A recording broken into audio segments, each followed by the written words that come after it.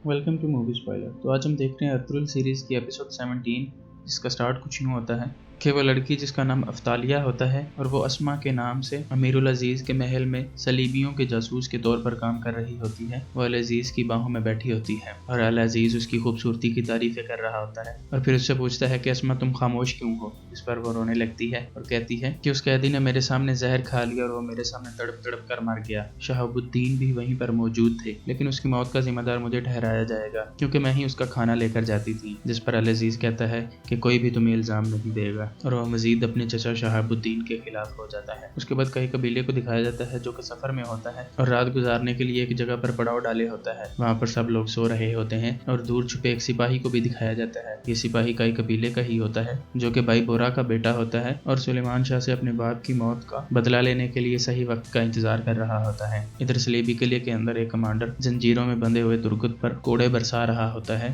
और कुछ देर तक उस पर कोड़े बरसाने के बाद वो वहाँ से चला जाता है। जिसके बाद एलेनोरा का बाप जो कि साथ वाले जिंदान में होता है उसे कहता है कि बेटा अल्लाह पर भरोसा करो, अल्लाह ही तुम्हारी यहाँ पर मदद करेगा। और उसके बाद सलीबी महल के दरवाजे खुलते हैं और थॉमस कार्डिनल अपने 2 सिपाहियों के साथ महल के अंदर दाखिल होता है, जिसे देखकर उस्ताद आज़म कहता है कि जनाब आप तो बिल्कुल मलकुल मौत की तरह हैं, आपके आने की बिल्कुल भी खबर नहीं होती। और फिर वो दोनों एक साथ अंदर चले जाते हैं और कुर्सी पर बैठते हुए थॉमस कार्डिनल उस्ताद आज़म से पूछता है कि बताओ तुम्हारे मेहमान कैसे हैं। इस पर वो बताता है कि हमने उन्हें जिंदान में डाल दिया है। और फिर थॉमस कार्डिनल कहता है कि तुम्हें क्या लगता है तुम उन्हें जिंदान में डालकर उनसे कुछ उगलवा सकते हो, तुम ऐसा कुछ भी नहीं कर सकते। जिस पर उस्ताद आज़म पास खड़े कमांडर को वहां से भेज देता है और फिर उसे कहता है कि मैं जल्द ही इब्नुल अरबी से वो मुकद्दस अमानतें हासिल करूंगा और ये काम टाइटस जैसा नाअक्ल शख्स नहीं कर सकता, ये काम मैं एक तुर्क से ही करवाऊंगा।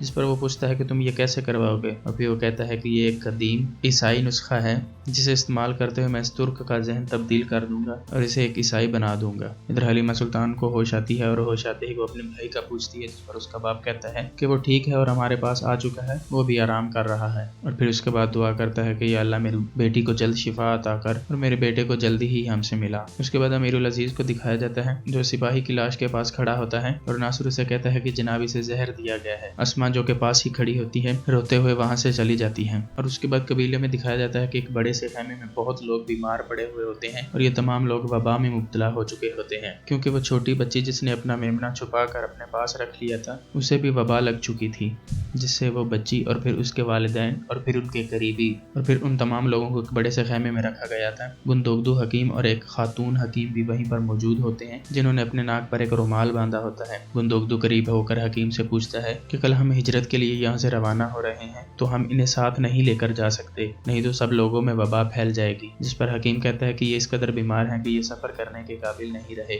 इन्हें यहीं पर छोड़कर जाना पड़ेगा। और फिर वो खातून हकीम कहती है कि मुझे पता है इनका इलाज मुमकिन नहीं, लेकिन इनकी मदद के लिए मैं यहाँ पर रुक जाती हूँ। उसके बाद शहाबुद्दीन महल की बालकनी में आता है जहाँ अमीरुल अजीज बैठते हैं और वहाँ आकर देखता है कि वहाँ अमीरुल अजीज नहीं है लेकिन नासिर बैठा हुआ है और वो पूछता है कि अमीरुल अजीज कहाँ है। तभी नासिर सिपाहियों को इशारा करता है और वो उसे पकड़ लेते हैं। जिस पर शहाबुद्दीन सिपाहियों को धक्का देते हुए कहता है तुम्हारी हिम्मत कैसे हुई मुझे हाथ लगाने की। और उसके बाद नासिर उसका खंजर लेते हुए कहता है कि इस बात की पूछगिछ अमीरुल अजीज खुद तुमसे करेंगे। और इसके बाद कई कबीले को दिखाया जाता है जो दिन होने पर अपना सफर दोबारा शुरू करने वाले होते हैं। तभी सुलेमान शाह को होश आ जाता है और दूर छुपा हुआ वो सिपाही अपना तीर निकालता है और सुलेमान शाह का निशाना लेने की कोशिश करता है। तभी एक आदमी सामने आ जाता है। जब वो हटता है तो वो दोबारा निशाना लेने की कोशिश करता है और फिर दूसरा आदमी सामने आ जाता है और वो अपना निशाना सही से नहीं ले पा रहा होता। जिसके बाद वो तीर कमान फेंकता है और अपना खंजर निकाल कर उसकी तरफ बढ़ रहा होता है। तभी पीछे से उसकी पीठ में एक तीर आकर लगता है जो कि कुर्दोगलू ने मारा होता है। और इसके बाद अर्तुगरुल अमीरुल अजीज के सामने पेश होता है और उसे वो खत देता है जिस पर सुलेमान शाह ने अपनी मोहर लगाकर भेजा होता है।